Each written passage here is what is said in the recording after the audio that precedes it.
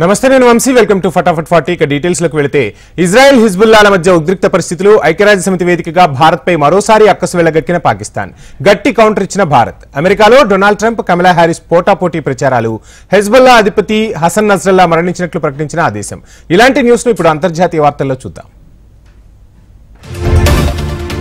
Israel హిజ్బుల్లాల మధ్య జరుగుతున్న పోరుతో పశ్చిమాసియాలో తీవ్ర ఉద్రిక్త పరిస్థితులు నెలకొన్నాయి తాజాగా ఆ గ్రూప్ చీఫ్ హసన్ నస్రల్లాను మట్టుపెట్టడంతో ఇరాన్ అప్రమత్తమవుతోంది తమ సుప్రీం లీడర్ అయతుల్లా అలీ ఖమేనీని సురక్షిత ప్రాంతానికి తరలించినట్టు తెలుస్తోంది లెబనాన్ రాజధాని బీరూట్లోని హిజ్బుల్లా ప్రధాన కార్యాలయంపై ఇజ్రాయెల్ బాంబులను ప్రయోగించింది ఈ దాడుల్లో హిజ్బుల్లా అధిపతి హసన్ నస్రల్లా మరణించినట్లు తాజాగా ఇజ్రాయెల్ డిఫెన్స్ ఫోర్స్ ధృవీకరించింది ఆ సమయంలో నస్రల్లా ఇదే కార్యాలయంలో సమావేశం నిర్వహిస్తున్నట్లు తమకు పక్కా సమాచారం వచ్చిందని ఇజ్రాయెల్ మిలిటరీ వెల్లడించింది ఈ దాడుల్లో భవనం పూర్తిగా ధ్వంసమైందని తెలిపింది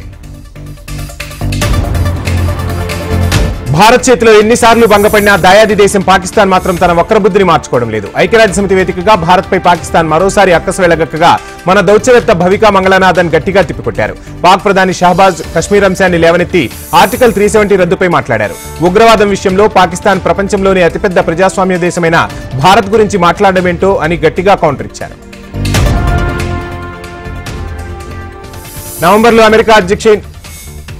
నవంబర్లో అమెరికా అధ్యక్షుల ఎన్నికలు జరగడంతో అభ్యర్థులు ట్రంప్ కమలా హ్యారిస్ పోటాపోటీగా ప్రచారాలు చేస్తున్నారు డెమోక్రటిక్ పార్టీ అభ్యర్థి కమలా హ్యారిస్ అరిజోనాలోని డగ్లస్ కు చెందిన యుఎస్ మెక్సికో సరిహద్దు ప్రాంతాన్ని సందర్శించారు ప్రజలను ఉద్దేశించి ప్రసంగించిన ఆమె కీలక వ్యాఖ్యలు చేశారు దేశంలోకి అక్రమ వలసలను నివారించేందుకు అమెరికా సరిహద్దుల్లో కట్టుదిట్టమైన భద్రతా ఏర్పాట్లు చేస్తానని హ్యారిస్ పేర్కొన్నారు అమెరికా ఇమిగ్రేషన్ వ్యవస్థను సరిచేస్తానని వెల్లడించారు ఎన్నో ఏళ్లుగా యుఎస్ లో నివాసం ఉంటున్నా ఎటువంటి ధృవీకరణ పత్రాలు లేని వలసదారులకు పౌరసత్వం కల్పించడానికి సమస్యల పరిష్కారానికి కృషి చేస్తానని ప్రకటించారు హ్యారిస్ హిజ్బుల్లా లక్ష్యంగా దాడులు కొనసాగిస్తున్న ఇజ్రాయెల్ విరుచుకుపడుతోంది దక్షిణ లెబనాన్లోని దాహియాలోని నివాస గృహాల కింద భూగర్భంలో ఉన్న హిజ్బుల్లా ప్రధాన కార్యాలయంపై విధ్వంసకర బాంబులను ఇజ్రాయెల్ ప్రయోగించింది ఈ దాడుల్లో హిజ్బుల్లా అధిపతి హసన్ నస్రల్లా మరణించినట్లు తాజాగా ఐడీఎఫ్ ధృవీకరించింది ఈ మేరకు తమ ఎక్స్ ఖాతాలో పోస్ట్ చేసింది అమెరికాలో హరికేన్ హెలెనా విధ్వంసం సృష్టిస్తోంది పెనుగాలులకు ఫ్లోరిడా రాష్ట్రం చిగురుటాకులా వణికింది ఎటు చూసినా విరిగిపడిన చెట్లు కుప్పకూలిన ఇళ్లు వరద నీటితో పరిస్థితి భయానకరంగా ఉందని బాధితులు వాపోతున్నారు కుండపోత వర్షాలకు 4 రాష్ట్రాల్లో వరదలు పోటెత్తాయి ఇళ్లు ఆఫీసులు ఆసుపత్రులు నీట మునిగాయి విద్యుత్ సరఫరా లేక చాలా ప్రాంతాలు అంధకారంలో మునిగిపోయాయి ఫ్లోరిడాతో పాటు జార్జియా నార్త్ సౌత్ కరోలినా రాష్ట్రాల్లో హెలెనా ప్రభావం తీవ్రంగా ఉంటుందని అధికారులు తెలిపారు వర్జీనియా రాష్ట్రంలోనూ హెలెనా బీభత్సం సృష్టిస్తోంది జార్జియాలోని ఓ ఆసుపత్రి నీట మునగడంతో పేషెంట్లు సిబ్బంది బంగ్లా పైకెక్కి సాయం కోసం కేకలు పెట్టారు బాధితులను కాపాడేందుకు రంగంలో దిగిన రెస్క్యూ బృందాలు హెలికాప్టర్ సాయంతో మొత్తం 54 మందిని కాపాడారు 4 రాష్ట్రాల్లో హెలెనా సృష్టించిన విధ్వంసానికి ఇప్పటి వరకు 45 మంది చనిపోయారు రెస్క్యూ పనుల్లో నిమగ్నమైన ఫైర్ డిపార్ట్మెంట్ సిబ్బంది 3 చనిపోయినట్టుగా తెలుస్తుంది టెన్సీసీలో 7,000 మందిని అధికారులు సురక్షిత ప్రాంతాలకు తరలించారు ఫ్లోరిడాలో హరికేన్ తీరం దాటే సమయంలో పెనుగాలులు వీచాయి గంటకు 225 కిలోమీటర్ల వేగంతో గాలులు వేయడంతో తీర ప్రాంతంలోని ఇళ్లు నేలమట్టమయ్యాయి 4 రోజుల క్రితం ఇళ్లు ఉన్న చోట ప్రస్తుతం శిథిలాల కుప్పలు కనిపిస్తున్నాయి తీవ్రత ఎక్కువగా ఉండడంతో అధికారులు హెలెనా హరికేన్ కేటగిరీ 4 గా ప్రకటించారు 5 రాష్ట్రాల్లో సుమారు $25 బిలియన్ ఆస్తి నష్టం వాటిల్లిందని అధికారులు అంచనా వేశారు అట్లాంటాలో 1886లో 24.36 సెంటీమీటర్ల వర్షపాతం నమోదు కాగా హెలెనా ప్రభావంతో 48 గంటల్లో 28.24 సెంటీమీటర్ల వర్షపాతం నమోదైందని అధికారులు వివరించారు జమ్మూ కశ్మీర్ అసెంబ్లీ ఎన్నికల ప్రచారంలో ప్రధాని మోడీ హర్యానా అసెంబ్లీ ఎన్నికల్లో మేనిఫెస్టో రిలీజ్ చేసిన కాంగ్రెస్ ఎండీసీ స్టాండింగ్ కమిటీ ఎన్నికను రాజ్యాంగ చట్టవిరుద్ధమన్న కేంద్ర ఆర్థిక మంత్రి నిర్మలా సీతారామన్ పై కేసు నమోదు ఇలాంటి వార్తలను ఇప్పుడు నేషనల్ న్యూస్ లో చూద్దాం జమ్మూ కశ్మీర్ అసెంబ్లీ ఎన్నికల ప్రచారంలో ప్రధాని మోడీ ప్రతిపక్షాలపై విరుచుకుపడ్డారు కాంగ్రెస్ ఎన్సీపీ పీడీపీ ఈ 3 కుటుంబ పార్టీలతో జమ్మూ కశ్మీర్ ప్రజలు విసిగిపోయారని వారిప్పుడు బీజేపీ ప్రభుత్వాన్ని కోరుకుంటున్నారని అన్నారు అవినీతి ఉద్యోగాల్లో వివక్షను ఈ ప్రాంత ప్రజలు కోరుకోవడం లేదన్నారు ఉగ్రవాదం వేర్పాటువాదం రక్తపాతానికి దూరంగా ఉండాలని వారు ఆకాంక్షిస్తున్నారని ప్రధాని తెలిపారు దేశం కోసం ప్రాణాలు త్యాగం చేసిన జవాన్ల విలువ కాంగ్రెస్ కు తెలియదంటూ ఆ పార్టీపై తీవ్ర ఆరోపణలు గుప్పించారు జమ్మూ కశ్మీర్లోని 7 జిల్లాల పరిధిలో తొలిదశ కింద 24 శాసనసభ నియోజకవర్గాలకు ఇటీవల జరిగిన పోలింగ్ ప్రశాంతంగా ముగిసింది మొత్తం 61% పోలింగ్ నమోదవడంపై ప్రధాని హర్షం వ్యక్తం చేశారు ప్రజలకు ప్రత్యేక అభినందనలు తెలియజేశారు ఈ ఎన్నికల్లో బీజేపీ విజయం సాధిస్తుందని ధీమా వ్యక్తం చేశారు ప్రధాని మోడీ హర్యానా అసెంబ్లీ ఎన్నికల్లో విజయం సాధించేందుకు కాంగ్రెస్ తీవ్రంగా యత్నిస్తోంది ఓటర్లను ఆకట్టుకునేలా పలు హామీలతో మేనిఫెస్టోను విడుదల చేసింది రైతుల సంక్షేమం అమరవీరుల కుటుంబాలను ఆకట్టుకునేలా దీన్ని రూపొందించింది హర్యానా మాజీ ముఖ్యమంత్రి భూపేంద్ర హుడా రాజస్థాన్ మాజీ సీఎం అశోక్ గెహ్లాట్ మేనిఫెస్టోను విడుదల చేశారు ఇటీవల 7 గ్యారంటీలతో మేనిఫెస్టోను విడుదల చేసిన కాంగ్రెస్ పలు హామీలతో మరో మేనిఫెస్టోను రూపొందించింది రైతుల సంక్షేమం కోసం ఓ కమిషన్ను ఏర్పాటు చేయనున్నట్లు తెలిపింది దీంతో పాటు దేశం కోసం ప్రాణాలు అర్పించిన అమరవీరుల కుటుంబాలకు 2 కోట్లను ప్రకటించింది 3 సాగు చట్టాల రద్దు కోసం జరిగిన పోరాటంలో అమరులైన రైతులకు స్మారక చిహ్నం ఏర్పాటు చేయడంతో పాటు 736 మంది రైతులకు అమరవీరుల హోదా ఇస్తామని తెలిపింది. బాధిత కుటుంబాల్లో ఒకరికి ప్రభుత్వ ఉద్యోగం ఇస్తామని హామీ ఇచ్చింది. రైతుల అభివృద్ధి కోసం సబ్సిడీపై డీజిల్ అందిస్తామని, అందుకోసం డీజిల్ కార్డులను జారీ చేస్తామని పేర్కొంది. పరువు హత్యలు, ఇతర నేరాలను నివారించేందుకు కఠిన చట్టాలను రూపొందిస్తామని, హర్యానాను డ్రగ్స్ రహిత రాష్ట్రంగా మార్చేందుకు కృషి చేస్తామని హామీ ఇచ్చింది. అందుకోసం డి అడిక్షన్ కమిషన్ ఏర్పాటు చేస్తామని పేర్కొంది. మాజీ అగ్నివీరులకు శాశ్వత ఉద్యోగాలు, హర్యానాలో బీజేపీ మేనిఫెస్టో, కాంట్రాక్టు ఉద్యోగుల కోసం బీజేపీ ప్రభుత్వం ఏర్పాటు చేసిన హర్యానా కుశల్ రోజ్గార్ నిగమ్ను రద్దు చేస్తామని పేర్కొంది. పేపర్ లీక్ సమస్యలను పరిష్కరించేందుకు ఫాస్ట్ ట్రాక్ కోర్టును ఏర్పాటు చేస్తామని హామీ ఇచ్చింది. హర్యానాలో అక్టోబర్ 5న అసెంబ్లీ ఎన్నికలు జరగనుండగా ఫలితాలు 8న విడుదల కానున్నాయి. ఢిల్లీ మున్సిపల్ కార్పొరేషన్ లో ఖాళీగా స్టాండింగ్ కమిటీ స్థానానికి శుక్రవారం ఓటు జరగగా ఎండీసీ స్టాండింగ్ కమిటీ ఎన్నికను ఆప్ రాజ్యాంగ చట్టవిరుద్ధమని ఆమ్ ఆద్మీ పార్టీ పేర్కొంది. ఎన్నిక అక్రమ పద్ధతిలో జరిగిందని, ఎన్నికల్లో లెఫ్టినెంట్ గవర్నర్, బీజేపీ వారి అధికారాలు రాజ్యాంగాన్ని, ప్రజాస్వామ్యాన్ని ఉల్లంఘించారని సీఎం అతిషి ఆరోపించారు. సుప్రీంకోర్టులో పిటిషన్ దాఖలు చేయనున్నట్లు తెలిపారు. 18వ ఎండీసీ సభ్యుడి కోసం శుక్రవారం ఎన్నిక జరగగా ఆమ్ ఆద్మీ పార్టీ ఎన్నికల్లో పాల్గొనలేదు. బీజేపీ కౌన్సిలర్స్ మాత్రమే పాల్గొని ఓటు వేశారు. దాంతో అధికారులు బీజేపీ అభ్యర్థి విజయం సాధించినట్లు ప్రకటించారు.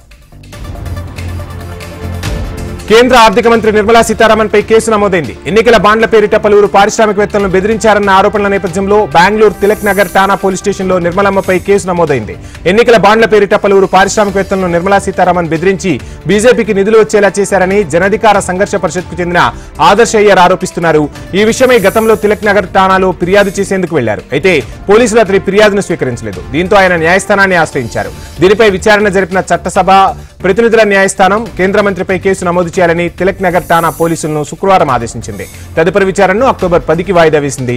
కోర్టు ఆదేశాల మేరకు తిలక్ నగర్ ఠాణా పోలీసులు తాజాగా కేంద్ర మంత్రిపై కేసు నమోదు చేశారు. నిర్మలా సీతారామన్ తో పాటు మరికొందరిపై కూడా ఎఫ్ఐఆర్ ఫైల్ చేశారు పోలీసులు. జమ్మూ కశ్మీర్ కు ప్రత్యేక ప్రతిపత్తి కల్పించే రద్దయిన ఆర్టికల్ 370ని కేంద్ర ప్రభుత్వం మాత్రమే పునరుద్ధరించగలదని డెమోక్రటిక్ ప్రోగ్రెసివ్ ఆజాద్ పార్టీ చైర్మన్ గులాం నబీ ఆజాద్ తెలిపారు. ఎన్నికల ప్రచారం సందర్భంగా నేషనల్ కాన్ఫరెన్స్ కాంగ్రెస్ పై ఆయన మండిపడ్డారు. కథువా జిల్లాలోని భనీ అసెంబ్లీ నియోజకవర్గంలో పార్టీ అభ్యర్థి తరపున ప్రచారాన్ని హోరెత్తించారు. జమ్మూ కశ్మీర్ కు రాష్ట్ర హోదా, ఆర్టికల్ 370ని పునరుద్ధరించాలని ఎన్సీ, కాంగ్రెస్ చేస్తున్న డిమాండ్లపై మీడియా అడిగిన ప్రశ్నకు ఆజాద్ స్పందించారు. ప్రముఖ ఆటోమొబైల్ కంపెనీ టాటా మోటార్స్ తమిళనాడులో కొత్త కర్మాగారాన్ని ఏర్పాటు చేస్తుంది. స్పోర్ట్స్ కార్లు, ఎస్యూవీల తయారీకి ఉద్దేశించిన ఈ ప్లాంట్కు ఆ రాష్ట్ర ముఖ్యమంత్రి స్టాలిన్ శంకుస్థాపన చేశారు. సుమారు 9,000 కోట్ల పెట్టుబడితో ఏర్పాటవుతున్న ఈ ప్లాంట్లో Tata Motors, jaguar, land rover కు చెందిన తదుపరి తరం వాహనాలు తయారు చేయనున్నట్లు కంపెనీ తెలిపింది. దశలవారీగా ఈ కర్మాగారం అందుబాటులోకి రానుందని టాటా మోటార్స్ తెలిపింది. ఏడాదికి 2.50 లక్షల యూనిట్ల తయారీ సామర్థ్యంతో దీన్ని ఏర్పాటు చేస్తున్నట్లు స్పష్టం చేసింది. చెన్నైకి 115 కిలోమీటర్ల దూరంలో ఉన్న పానపక్కంలో ఏర్పాటు చేస్తున్న ప్లాంట్ శంకుస్థాపన కార్యక్రమంలో తమిళనాడు ముఖ్యమంత్రి స్టాలిన్ తో పాటు డీఎంకే మంత్రులు దురైమురుగన్, టీఆర్బీ రాజా, టాటా సన్స్ చైర్మన్ ఎన్ చంద్రశేఖరన్, టాటా మోటార్స్ ప్రతినిధులు పాల్గొన్నారు. ఇక్కడ తయారైన కార్లను దేశీయంగా విక్రయించడంతో పాటు విదేశాలకు ఎగుమతి చేస్తామని టాటా మోటార్స్ తెలిపింది. రాష్ట్రంలో కార్ల తయారీ కర్మాగారాన్ని ఏర్పాటు చేయడం పట్ల సీఎం స్టాలిన్ హర్షం వ్యక్తం చేశారు. తమిళనాడుతో టాటా గ్రూప్ ది చాలా ఏళ్ల అనుబంధమని, తమ గ్రూప్ కంపెనీలు ఎన్నో ఇక్కడి నుంచి కార్యకలాపాలు సాగిస్తున్నాయని చంద్రశేఖరన్ తెలిపారు. ఈ ప్లాంట్ల వల్ల సుమారు 5,000 మందికి ఉపాధి అవకాశాలు లభించనున్నాయని ఆయన తెలిపారు. వరదలు బీభత్సం సృష్టించాయి. నేపాల్లో గత కొన్ని రోజులుగా ఎడతెరిపి లేకుండా కురుస్తున్న వర్షాల వల్ల 8 జిల్లాల్లో దాదాపు 50 మంది వరకు మరణించినట్టు తెలుస్తోంది. సుమారు 11 మంది గల్లంతైనట్లుగా అధికారులు తెలిపారు. ఆకస్మిక వరదలు పోటెత్తడంతో దేశంలోని అనేక ప్రాంతాలు ముంపునకు గురవుతున్నాయి. జనజీవనం ఎక్కడికక్కడ స్తంభించింది. ఈ వరదలు మరింత తీవ్ర రూపం దాల్చే అవకాశం ఉందని విపత్తు ప్రతిస్పందన అధికారులు హెచ్చరిస్తున్నారు. వరదలు పోటెత్తుండటంతో కాట్మాండ్లో 9 మంది, లలిత్పూర్లో 16 మంది, భక్తపూర్లో 5, కవ్రేపాలెం చౌక్లో 3, పంచ్తార్, ధన్కుటాలో 2, రూపా ధాన్యంలో ఒక్కొక్కరు చొప్పున మరణించినట్టు తెలిసింది. 226 ఇళ్లు పూర్తిగా నెట్టమునిగిపోయాయని, బాధిత ప్రాంతాల్లో దాదాపు 3,000 మంది భద్రతా సిబ్బంది సహాయక చర్యల్లో పాల్గొంటున్నారని అధికారులు వెల్లడించారు. నేపాల్ సాయుధ పోలీస్ దళానికి చెందిన 1,947 మంది భద్రతా సిబ్బంది సహాయక చర్యలు చేపడుతున్నారు. వరద ప్రభావ ప్రాంతాల నుంచి ప్రజలను సురక్షిత ప్రాంతానికి తరలించడానికి 23 రాఫ్టింగ్ బోట్లను సిద్ధం చేశారు. ఇప్పటి వరకు 760 మందిని రక్షించినట్లుగా వెల్లడించారు. బీహార్ కు తీవ్ర వరద ముప్పు, పొరుగు దేశం నేపాల్ ను వరదలు అతలాకుతలం చేస్తున్నట్లుగా చెప్పారు. కాగా ఈ ప్రభావం బీహార్ పై పడే అవకాశం ఉన్నట్టు తెలుస్తోంది. అక్కడి నుంచి కొన్ని నదులు బీహార్ లోకి ప్రవహిస్తాయి. ఆ నదులకు వచ్చే ఆకస్మిక వరదలు రాష్ట్రంలోని పలు ప్రాంతాలను ముంచెత్తే అవకాశం ఉందని భారత వాతావరణ శాఖ అధికారులు హెచ్చరికలు జారీ చేశారు. పశ్చిమ తూర్పు, చంపారన్, సీతామార్హి, క్షోమయార్, ముజఫర్పూర్, గోపాల్గంజ్, సివాన్, సరన్, వైశాలి, పాట్నా, జహనాబాద్, మధుబని, భోజ్పూర్ జిల్లాల్లో భారీ వర్షాలు కురిసే అవకాశం ఉందని ఐఎండీ హెచ్చరించింది.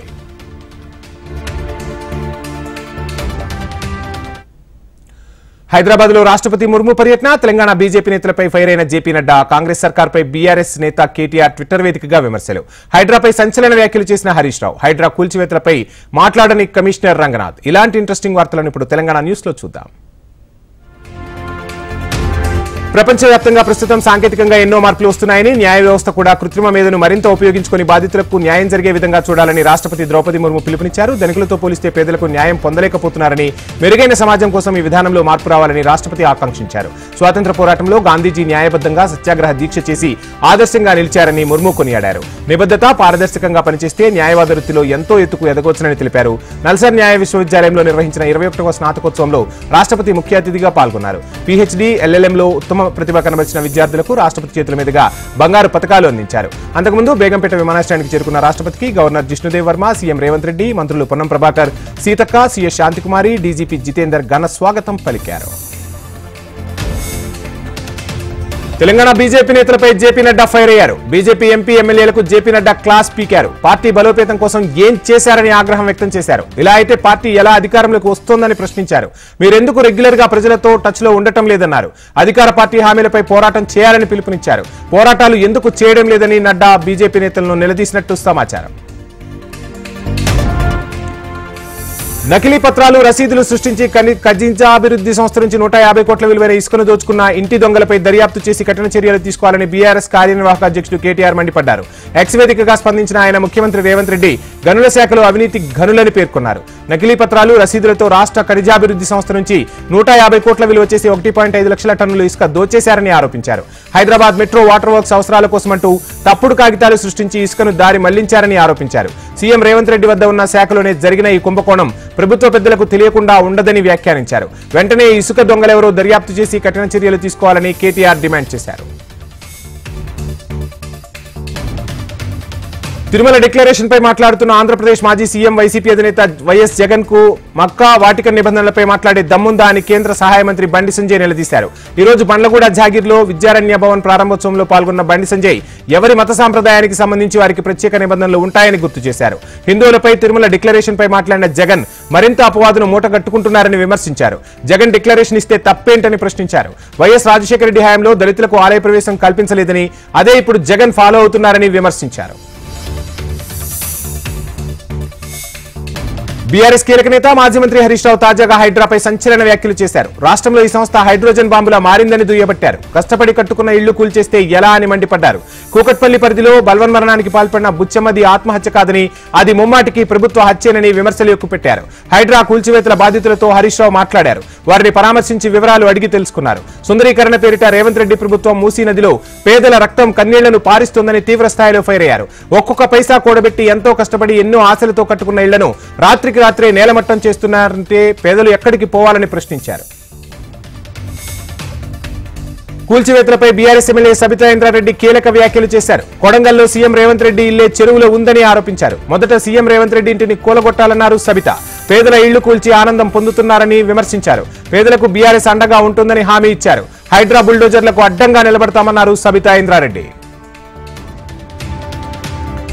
తెలంగాణలో జాయింట్ పార్లమెంటరీ కమిటీ టూర్ కొనసాగుతోంది. వక్స్ సవరణల బిల్లుపై అభిప్రాయాల కమిటీ సేకరిస్తోంది. హైదరాబాద్ లోని ఓ హోటల్లో జేపీసీ చైర్పర్సన్ జగదాంబిక పాల్ ఆధ్వర్యంలో భేటీ జరిగింది. జేపీసీ ముందు తమ అభిప్రాయాలు తెలంగాణ, ఏపీ, ఛత్తీస్గఢ్ రాష్ట్రాల ప్రతినిధులు వినిపించారు. తమ పరిధిలోని వక్ఫ్ భూముల సమస్యలు ఎంపీలు కొండా విశ్వేశ్వరరెడ్డి, రఘునందన్ రావు, ఈటెల రాజేందర్ జేపీసీ దృష్టికి తీసుకెళ్లారు. సవరణ బిల్లుకు ఎంపీలు మద్దతు తెలిపారు. చైర్పర్సన్ జగదాంబిక పాల్ కు ఎంపీలు రిప్రజెంటేషన్ చేశారు. ఎమ్మెల్సీ కల్వకుంట్ల కవిత కనిపించడం లేదని నిజామాబాద్ 1 టౌన్ పోలీస్ స్టేషన్లో ఫిర్యాదు చేశారు. నిజామాబాద్ స్థానిక సంస్థల ఎన్నికల్లో గెలుపొంది అందుబాటులో లేరని తెలంగాణ ఉద్యమకారులు కంప్లైంట్ ఇచ్చారు. లిక్కర్ స్కామ్ లో జైలుకు వెళ్లక ముందు నుండి నిజామాబాద్ లో కనిపించడం లేదని ఆ ఫిర్యాదులో పేర్కొన్నారు. జైలు నుండి వచ్చిన తర్వాత సైతం నిజామాబాద్ ప్రజలకు కనిపించడం లేదన్నారు. ఎమ్మెల్సీ ఆచూకీ తెలుసుకుని జిల్లా ప్రజలకు తెలపాలని ఉద్యమకారులు ఆ ఫిర్యాదులో కోరారు. ప్రజలు కట్టే ట్యాక్స్ తో వేతనం, అలవెన్స్లు తీసుకుంటున్న కవిత ఆచూకీ తెలపాలని ఆ ఫిర్యాదులో పేర్కొన్నారు.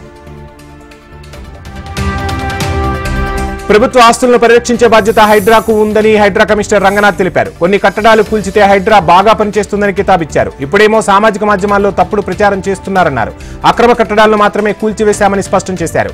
అమీన్పూర్లో ప్రభుత్వ భూములు పెద్ద ఎత్తున అన్యాక్రాంతమయ్యాయని, అమీన్పూర్లో ఒక ఆసుపత్రిపై అధికారులు గతంలో చర్యలు తీసుకున్నా మళ్లీ నిర్మించారని చెప్పారు. ఆ ఆసుపత్రిని కూల్చిన సమయంలో అందులో రోగులెవరూ లేరని వీడియో కూడా రికార్డు చేశామన్నారు. ఎన్కన్వెన్షన్ ను కూల్చివేశాం, దాని పక్కన ఉన్న గుడిసెలను కూల్చలేదు, ప్రజలు నివసిస్తున్న భవనాలను ఎక్కడా కూల్చలేదని వివరించారు రంగనాథ్.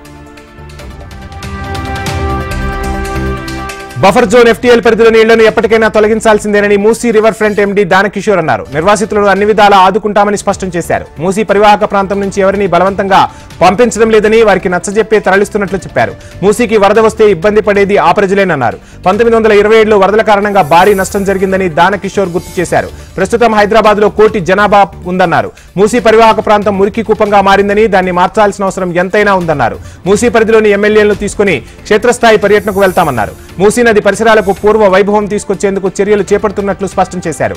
2030 కల్లా హైదరాబాద్ ఆర్థిక వ్యవస్థ $250 బిలియన్ చేరుకుంటుందని, అందుకు అనుగుణంగా నగరాన్ని మార్చాల్సి ఉందన్నారు దానకిషోర్.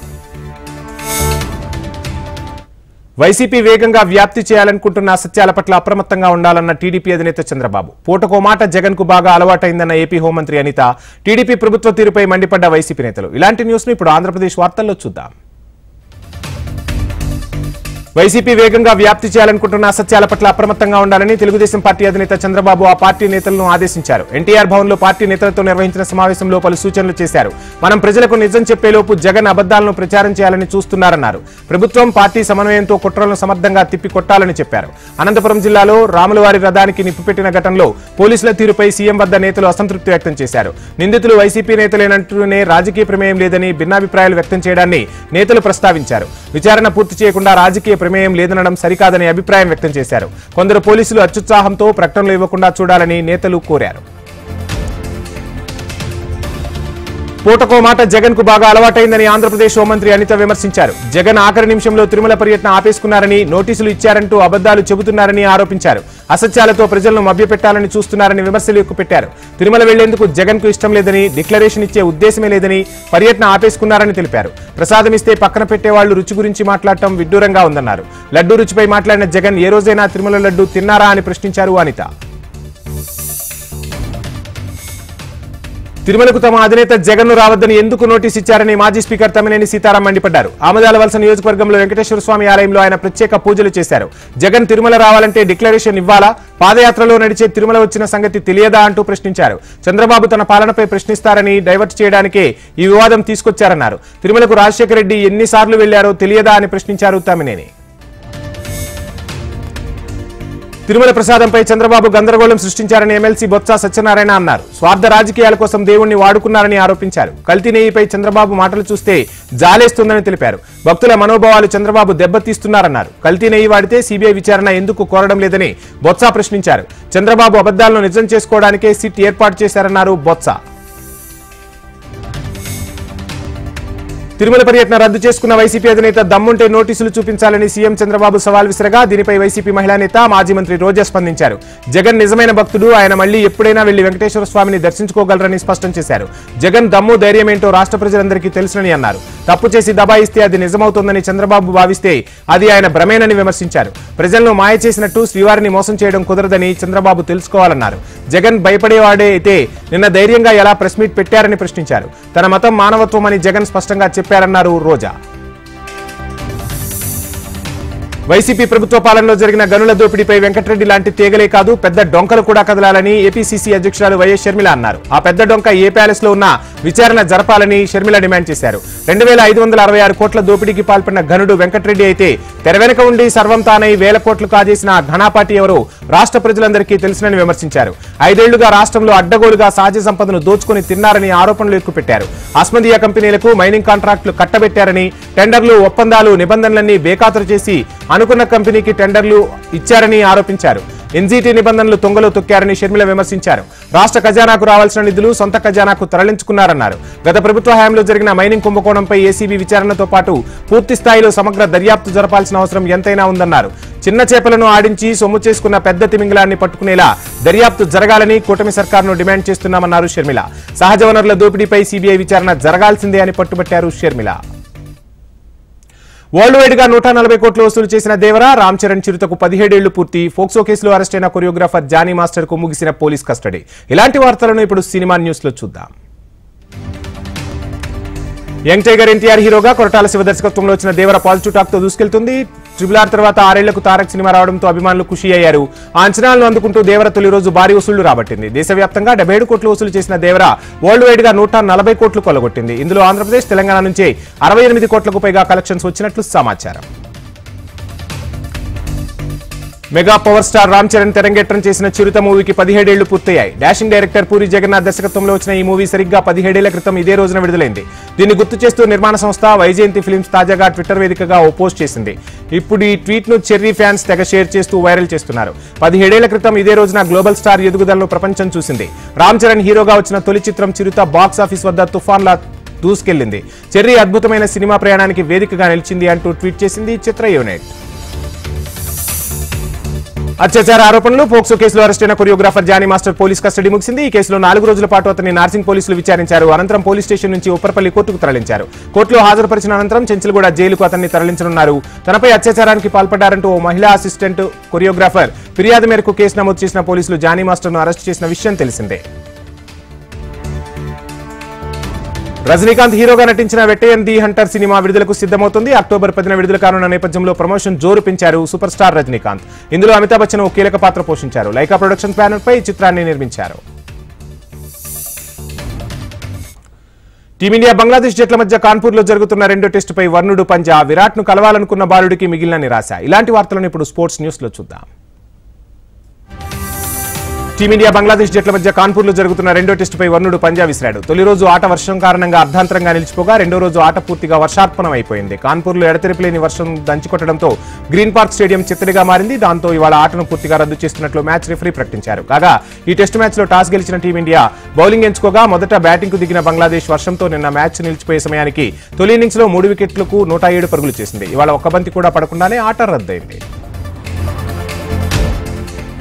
విరాట్ కోహ్లీ కోసం సైకిల్ పై 58 కిలోమీటర్లు ప్రయాణం చేసిన బాలుడికి నిరాశ మిగిలింది. ఉత్తరప్రదేశ్లోని ఉన్నావుకు చెందిన కార్తికేయకు విరాట్ అంటే వీరాభిమానం. దాంతో తాజాగా కోహ్లీని చూడటానికి 15 ఏళ్ల కార్తికేయ పెద్ద సాహసమే చేశాడు. తన అభిమాన క్రికెటర్ను ఎలాగైనా చూడాలని సైకిల్ పై ఏకంగా 58 కిలోమీటర్లు ప్రయాణించాడు. కాన్పూర్లోని గ్రీన్ఫీల్డ్ పార్క్ లో శుక్రవారం ప్రారంభమైన భారత్ బంగ్లాదేశ్ రెండో టెస్టు చూసేందుకు ఉన్నావు నుంచి ఇలా సైకిల్ పై లాంగ్ జర్నీ చేసి మరీ వచ్చాడు. అయితే అతనికి నిరాశే మిగిలింది. ప్రస్తుతం కార్తికేయ తాలూకా వీడియో సామాజిక మాధ్యమాల్లో చిక్కర్లు కొడుతోంది.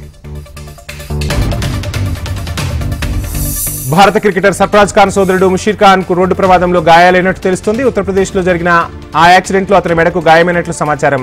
ఇరానీ కప్ మ్యాచ్ కోసం కాన్పూర్ నుంచి లక్నోకు వెళ్తున్న సమయంలో ఈ ప్రమాదం చోటు చేసుకుంది. ఆ సమయంలో అతని తండ్రి నౌషద్ ఖాన్ కూడా అతనితోనే ఉన్నారు.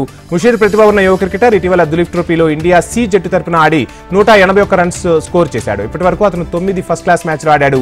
ప్రమాదానికి గురైన 19 ఏళ్ల ముషీర్ ప్రస్తుతం ముంబై తరపున ఆడుతున్నాడు. కానీ యాక్సిడెంట్ వల్ల అతను అక్టోబర్ 1వ తేదీ నుంచి రెస్ట్ ఆఫ్ ఇండియాతో జరగాల్సిన మ్యాచ్ కు దూరమైనట్లు తెలుస్తుంది. ఇక అక్టోబర్ 11వ తేదీ నుంచి ప్రారంభం కానున్న రంజీ సీజన్ కు కూడా అతను మిస్ అయ్యే అవకాశాలున్నాయంటున్నారు వైద్యులు. మెడకు గాయం కావడం వల్ల అతను కనీసం 3 నెలలు క్రికెట్ కు దూరంగా ఉండే అవకాశాలున్నట్లు తెలుస్తోంది.